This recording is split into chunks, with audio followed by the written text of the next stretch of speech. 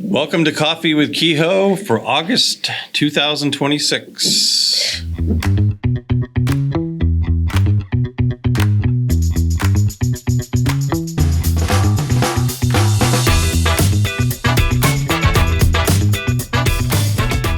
So the topic today is a discussion with the State Chief Privacy Officer on the importance of privacy in the public sector.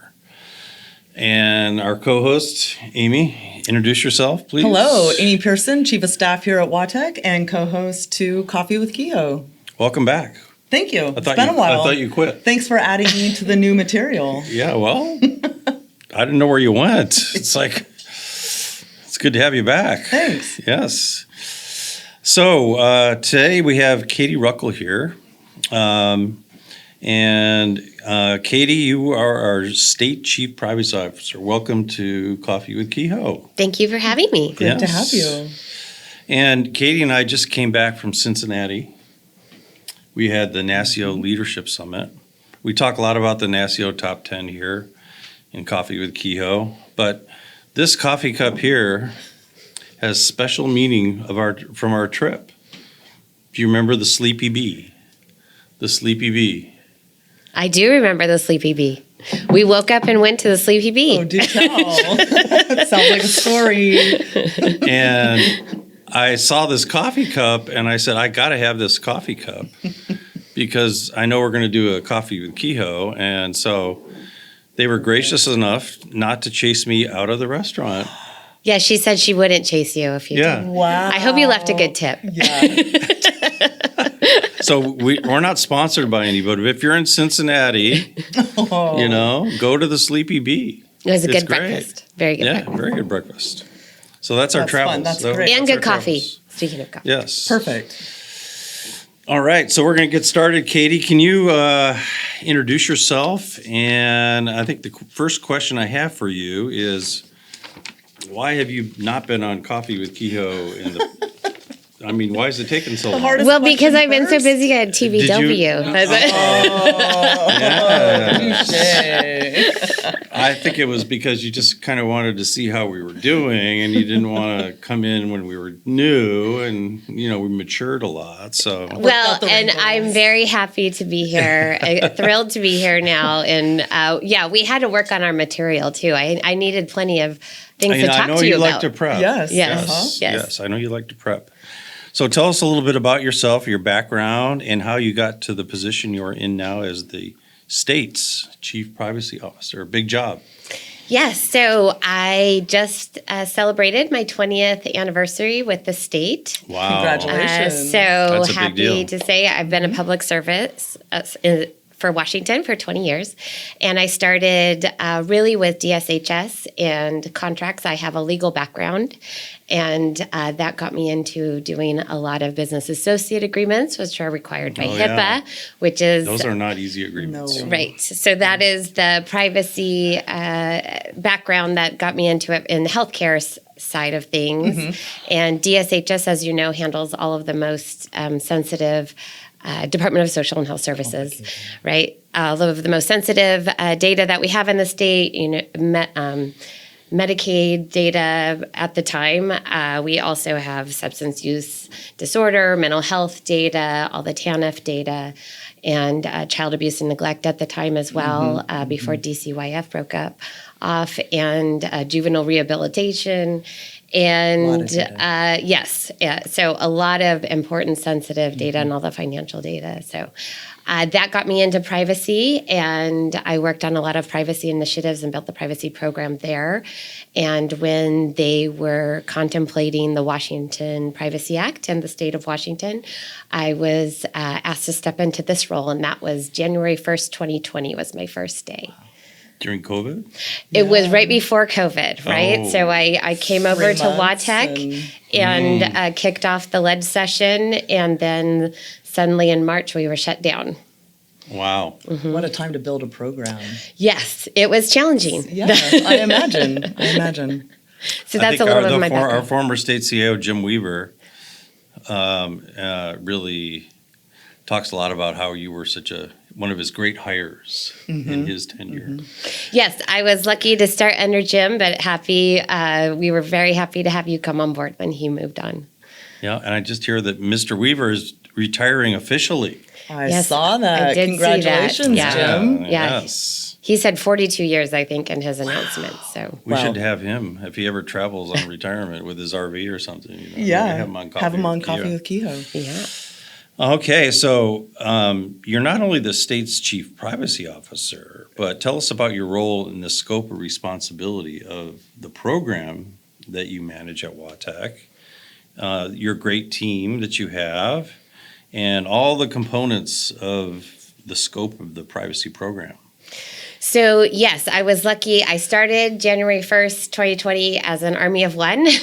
But thankfully, we've been able to build a team with the support of the legislature, the governor's office, and WaTech. And so I have a fantastic team and couldn't get all of the great work done without them.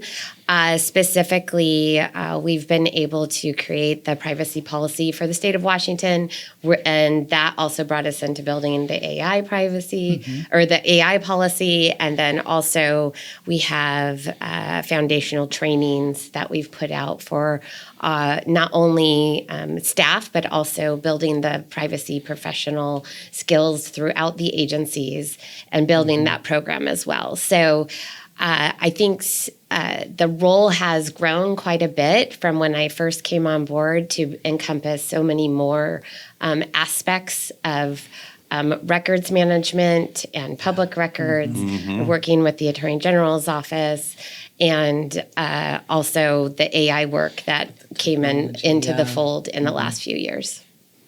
I always appreciate, I remember walking into your office kind of sheepishly going, hey, we have this public records unit. I'd like to put it underneath your program. And you kind of looked at me. It's like, well, I used to do that at DSHS. So I guess so. But you've done Good alignment. You've done a wonderful job there. You have. And helped that team. But you're also a member of the WaTech executive team. Yes, thank you. You brought me on as an executive team member, and that's been, I think, really important too for elevating the privacy issues for technology and the intersection of technology and information, and then also being able to build the relationships with the other teams at WaTech. Yeah, but there's also responsibilities that come with being an executive team member outside of just privacy, right? So Yes. I think you've done a lot of work with the other programs and been our legal representative as well. Yes, so I lead our relationship with the Attorney General's office and navigating some of the legal issues that we have at our agency, and then also working closely with our human resources team and our operations team. I've been able to be privileged now to be a business relationship manager, which I really enjoyed that work as well. Likewise. Where it gets me into some of the day-to-day technical details that the teams are working on and being able to help problem solve and answer those questions as well. That's great. Okay, so a lot of people are confused around privacy and security. Do you get that a lot where it's like, well, how does that differ from cybersecurity? It's cybersecurity has to protect data, and you're dealing with data. So for all our viewers out there that have this question, how would you define privacy, and how is it similar or different from what cybersecurity responsibilities are? Yes, and that was one of the first questions I got when I wanted to do privacy training. Part of the question was, why do we need privacy training? Because we already have security training. So I was like, well, that's the perfect reason to have privacy training. So we would say the difference in helping our viewers understand the distinction is the privacy is really the what we're talking about in terms of data, and the security is the how. They help us keep, for all of those technical ways to keep our data secure.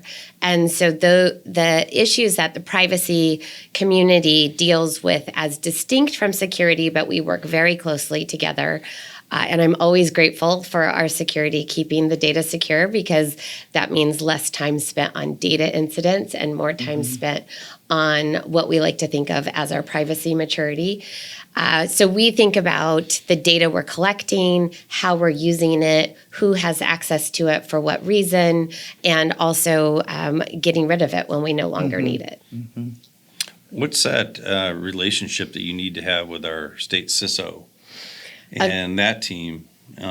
That's a pretty important relationship. Yes, and I actually can go back to DSHS to realize how important the relationship with security is, because I said I started in contracts, and that started with security terms in the contracts and those types of things. So I'd been working with security teams going back to when I first started to the state to now, to working at the highest level with the state CISO, and that collaboration has always been fundamental and foundational to ensuring that we're aligned in our priorities and ensuring that the data that we are using is safe and secure, but then also being used appropriately.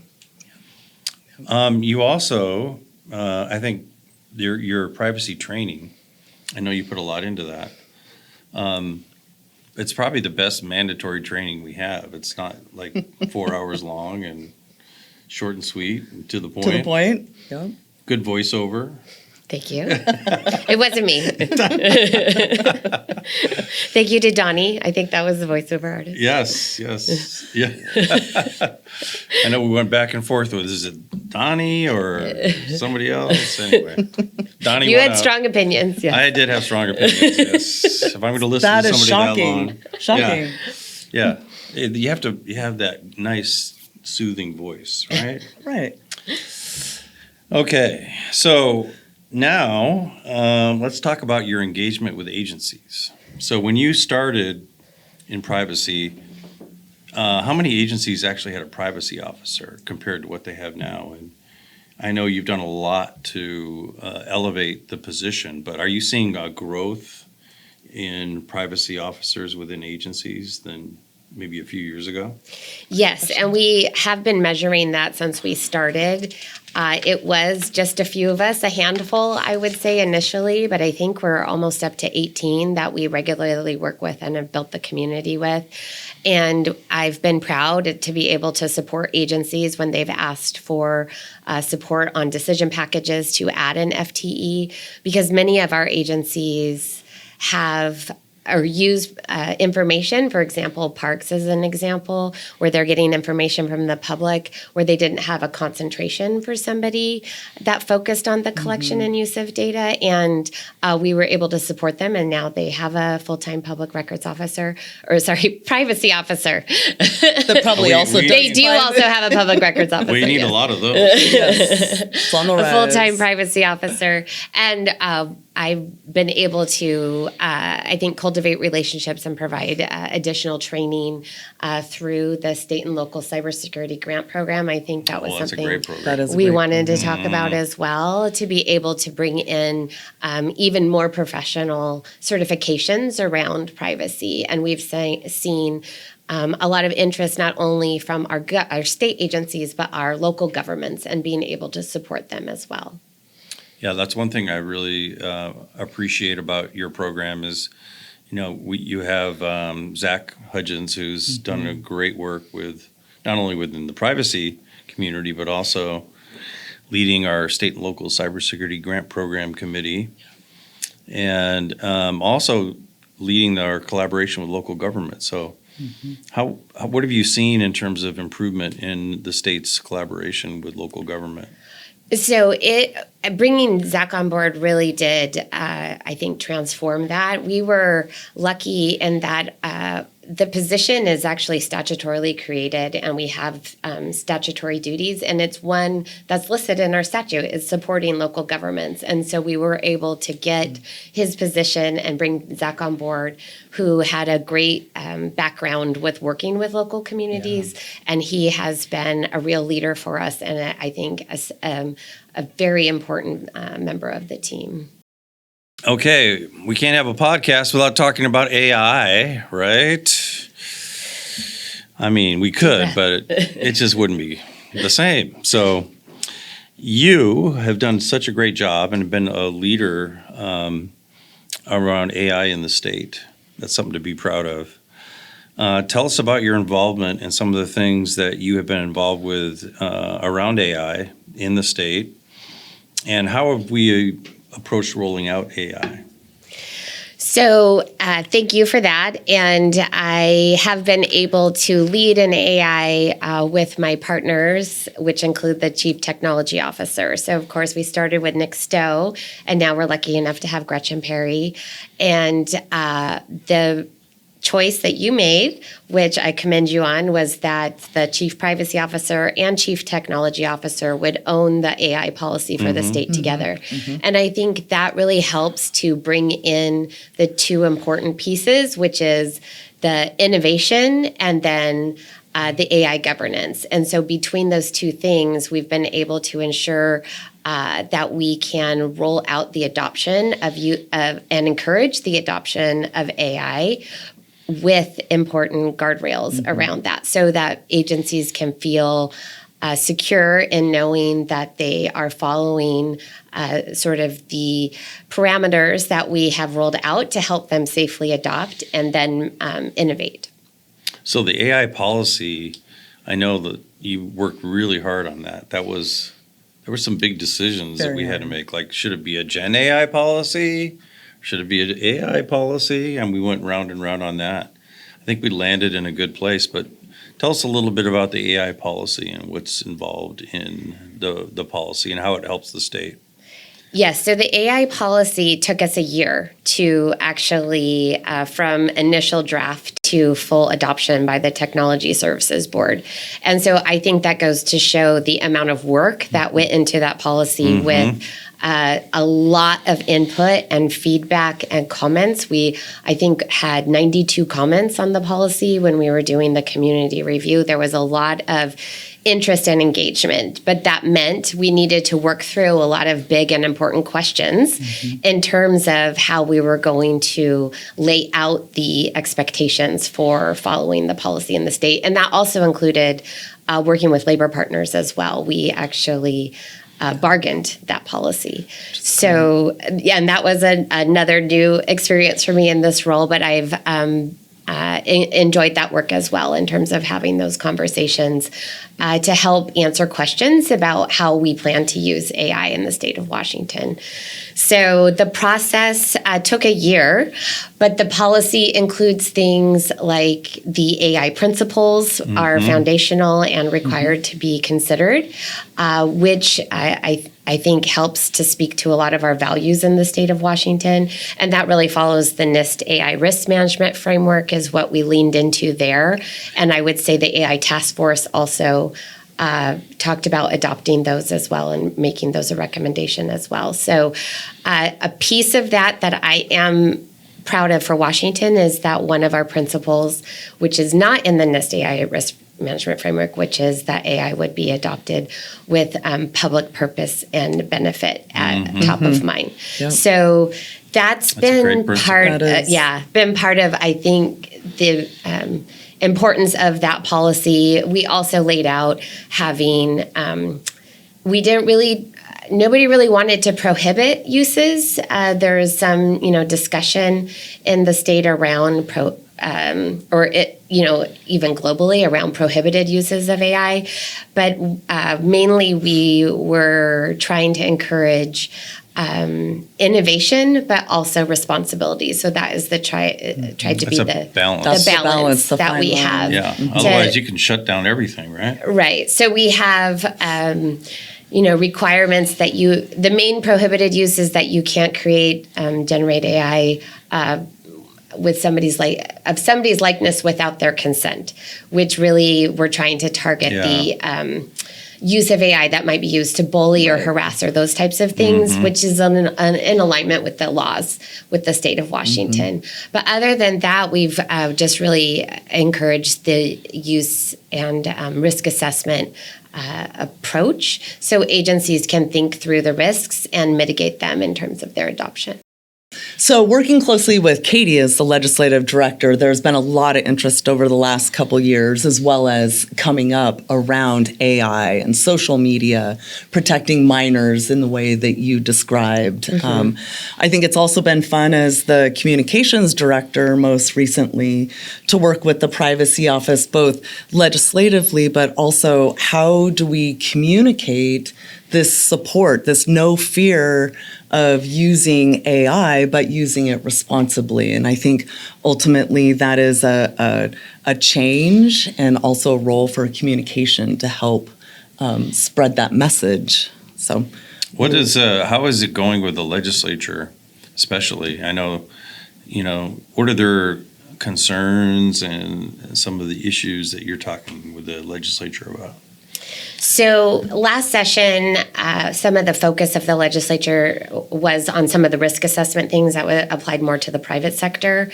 And some of those bills are still being, I think, in the process and rework. They weren't adopted last session. But one that did pass was one that affected us around government transparency, which actually falls right in line with the policy that we already had and the principles that we already had about being transparent about our use of AI with the public, especially when they're interacting with government. Yeah. And so that was something that we did a training on, our office did a training on, and helped agencies understand some of the expectations of that bill.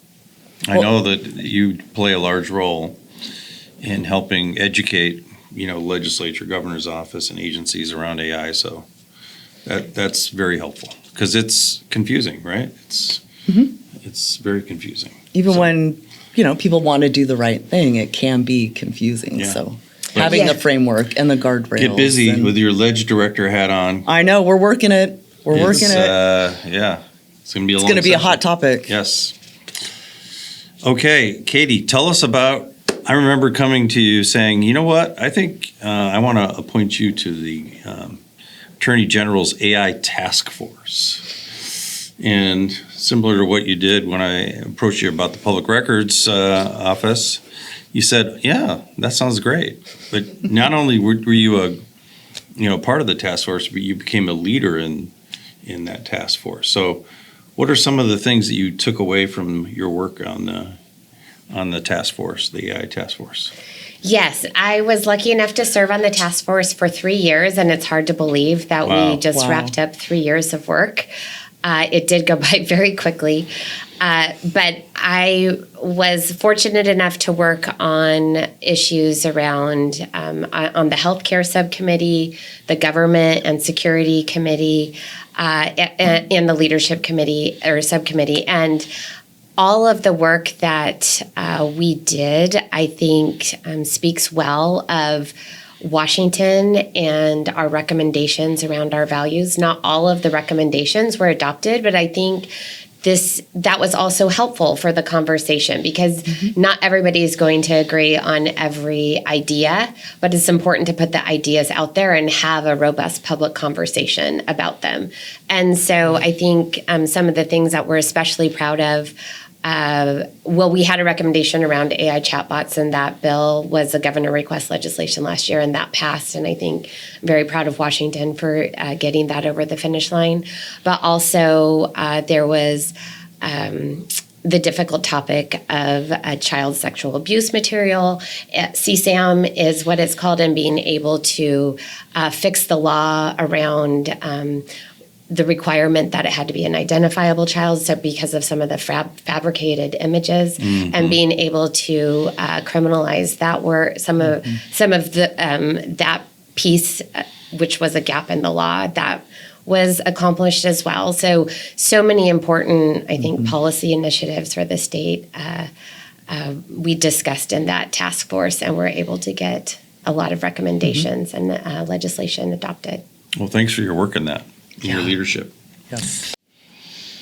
So, Katy, you also are your external leadership has been fantastic. So, your work at NASIO, National Association of CIOs, there's a strong privacy group. And I know you're a leader in that group. But tell us about NASIO and your involvement, and especially with the privacy group, and some of the outcomes from your perspective around that group in NASIO? Yes, so I'm so lucky to be able to be engaged with other state chief privacy officers. And I will say, when I started in 2020, there were very few of us. So I'm happy to say that discipline has grown over the years. We're up to 31, I think, in 2020. That's fantastic. It was 31. around 17, yes. So we've been able, I think that really speaks to the recognition of states in terms of how important privacy is as a discipline and needing somebody to focus on it full time. And so with the NASIO support, we've been able to have a strong community of privacy officers and be able to share ideas across our states and talk about what works, what isn't working, where the challenges are, where the opportunities are, just like many other of the community practice groups. But it is such a, I feel like sometimes a little bit of a niche compared to some of the other technology conversations. And I would say a lot of the conversations we have get into some of the fundamental rights, like the right to privacy, and where those values line up with our states and how they're approaching their legislative initiatives and laws. Yeah, it's a great pack of privacy officers at NASIO. Pack. They travel in a pack. They do travel in a pack. They run together. They party in a pack. Pack together. Yeah, Steve Perry used to call us a cabal, which is I like pack better. All right. So I'm sure you have a full life outside of work. So when you're not being the great privacy officer and running your privacy program, tell us about what you like to do outside of work. Yes, so I am the mother of 3 teenagers right now. So and you're so calm. She's so busy. Yes, so calm about that. So yes, we keep them very busy. Yeah, part of I think the challenge of any parent right now is keeping their teens off the screens, right? They're called screenagers now for a reason. So we try to stay busy with lots of outdoor activities. We're a big skiing family, hiking family, camping family. So we're out enjoying the Pacific Northwest really on a regular basis. And I would say to add to the chaos, we're adopting a puppy. Congratulations. So yes, we will soon have another member of the family. So we'll have some pictures to post or something. Oh yes, absolutely, absolutely. And you, I think you said one of your kids is going to college. Yes, he is. Our first is going to college later this month in August, and he will be going to Montana State University. And part of the reason he chose that is because of all the outdoor activities that you can do there. In fact, it's trained him up well. 16 miles from the nearest ski resort. So yes, we'll have to make sure we're focusing on the studies as well. There's a balance. Yes. All right. Well, thank you, Katy. You've been a great guest, and thank you for all your great work, both in privacy at WaTech and the state. We really appreciate you. So thanks for being our guest today. Yes, thanks for having me, and thanks for all of your support as well. Yeah. So before we close, the state of Washington has an exciting industry forum coming up, and Amy, in your one of many roles, are going to be coordinating that. So tell our audience about it. We are excited to announce the Washington IT Vendor Forum. So save the date. It's September 23rd. We are going to be at the Tacoma Marriott downtown. We will have the website, registration, and more information to come. But save the date. Be there. It's the place to be on September 23rd. Who can register? Anyone can register. This is open to vendors. This is open to local government, state agencies. We have limited space, so we encourage people to sign up quickly and early, but encourage all those disciplines, all those folks to join us. Our industry friends love the industry forum because our agencies have booths and they get to go around and talk to all the agencies. It's a reverse format. So Yeah. instead of vendors presenting their solutions or giving us kind of what they produce, it's an opportunity for agencies to talk about their business problems and then have vendors kind of solution with them.